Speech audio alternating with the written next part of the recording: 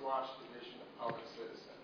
Public Citizen is now celebrating its 40th year of serving consumers and hoping to make the world better and a safer place for Americans. Formerly, I was the head of investigation for the U.S. Senate Banking Committee, the honor to serve under Chairman Proxmire, and during that time worked on the renewal of the Community Reinvestment Act.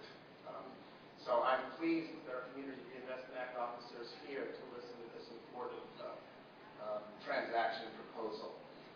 CRA, I think, is an important thing, and I'm happy to see that officers are here from that.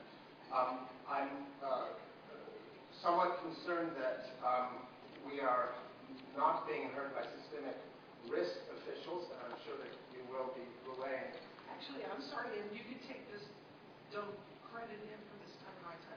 Just to let you know, actually we are, that on the Federal Reserve panel is Robin Prager, who's an economist who is one of the people in charge of systemic risk. Excellent. Because I think from Public Citizen's point of view, the central issue here is too big to fail, which has been discussed repeatedly. Too big to fail.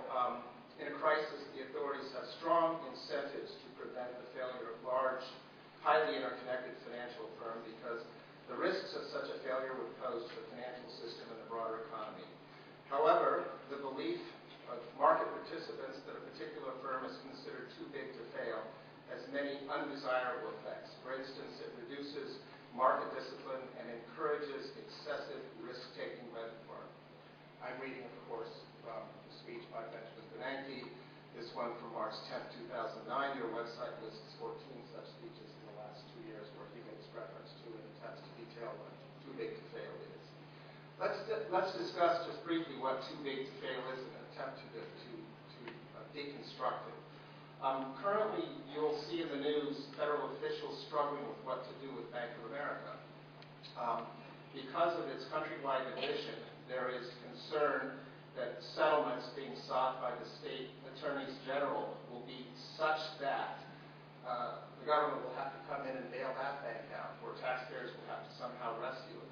So as part of too big to fail, we seem to have, as some observers have made reference, too big to jail, or less frivolously, too big to hold accountable.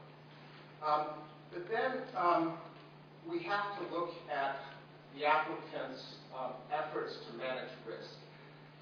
From the outside, unprivileged to proprietary information, we have to look at declarations of commitment to risk management. Let me read some declarations that may provide comfort. Risk management and control. Discipline, risk management, and control are essential to our success.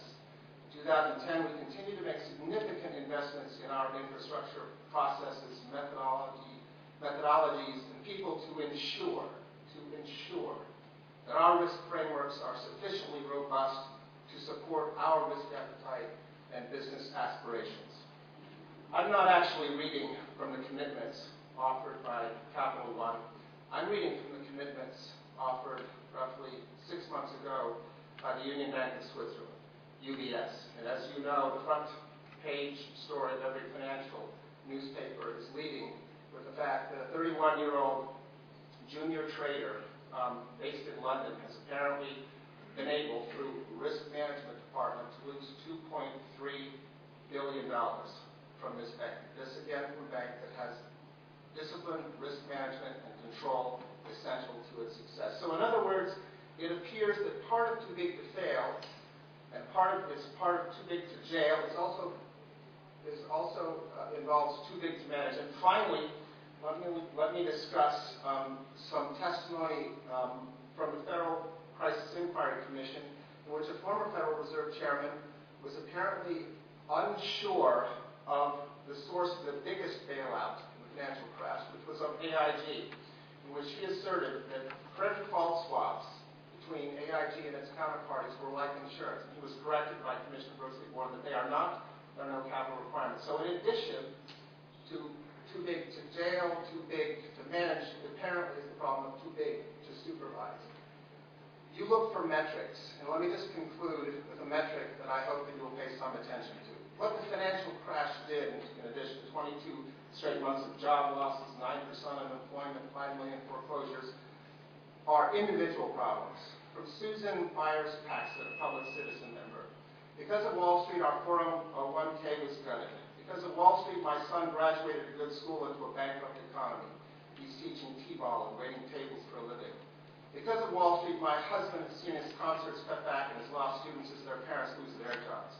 Because of Wall Street, I lost my job in December and still have not managed to find another 6 months later. Our health insurance is about to end, and at 57, I'm looking at a future that appears awfully bleak. You look for metrics, I ask you to look to the metric that Susan Myers-Paxson and the others offer you.